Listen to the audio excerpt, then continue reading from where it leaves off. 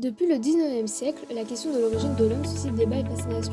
L'image d'un singe, semblable au chimpanzé, se redressant progressivement pour devenir un homme moderne, est profondément ancrée dans notre imaginaire collectif.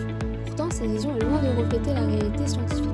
Très longtemps, on a cru que l'homme descendait directement d'un singe, mais les découvertes récentes montrent que notre histoire évolutive est bien plus complexe. La lignée humaine comprend en réalité tous les groupes d'êtres vivants, issus du dernier ancêtre commun entre l'homme et le chimpanzé, dont Homo sapiens est aujourd'hui le seul représentant.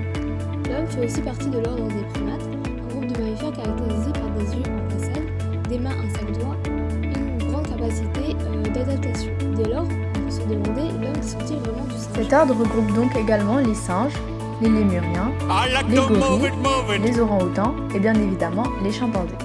L'homme retrouve de nombreux points communs avec celui-ci, son plus proche cousin. En effet, notre génome est à 98,6% identique, notre mode de vie est également très proche avec l'utilisation des outils et la vie sociale. Seulement, il existe aussi des différences. On peut le voir par notre crâne plus volumineux, ce qui permet un développement cérébral supérieur. Notre face est plus aplatie, nos outils sont beaucoup plus sophistiqués. Là où ils utilisent un bâton pour se nettoyer les dents, on utilise un satellite pour prévoir la météo. Et surtout, nous sommes les seuls primates à pratiquer la bipédie permanente, c'est-à-dire à marcher debout sur 2 jambes en continu. Cette adaptation a été un tournant majeur dans l'histoire de notre lignée. Ainsi, on peut se demander comment s'est fait cette différence. Ils font partie de la famille des hominoïdes, appelés grands singes. Ces hominoïdes ont formé la sous-famille des hominidés, qui elle-même s'est différenciée en gorilles, paninés et hominidés, caractérisés par une bipédie permanente. Les paninés ont formé les chimpanzés et les bonobos, et les hominidés les homos.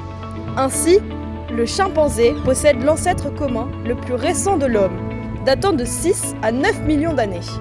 Par ailleurs, à partir de l'ancêtre commun avec les chimpanzés, tous les groupes d'êtres vivants descendants font partie de la lignée humaine.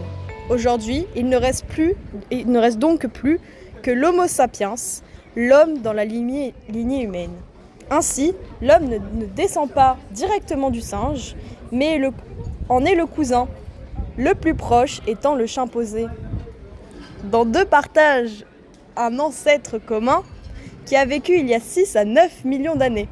À partir de cet ancêtre, les lignées se sont séparées et ont évolué différemment, notamment sous l'influence de changements climatiques importants. Ces modifications environnementales ont conduit à des adaptations majeures dans la lignée humaine, parmi lesquelles le redressement du corps et la bipédie permanente.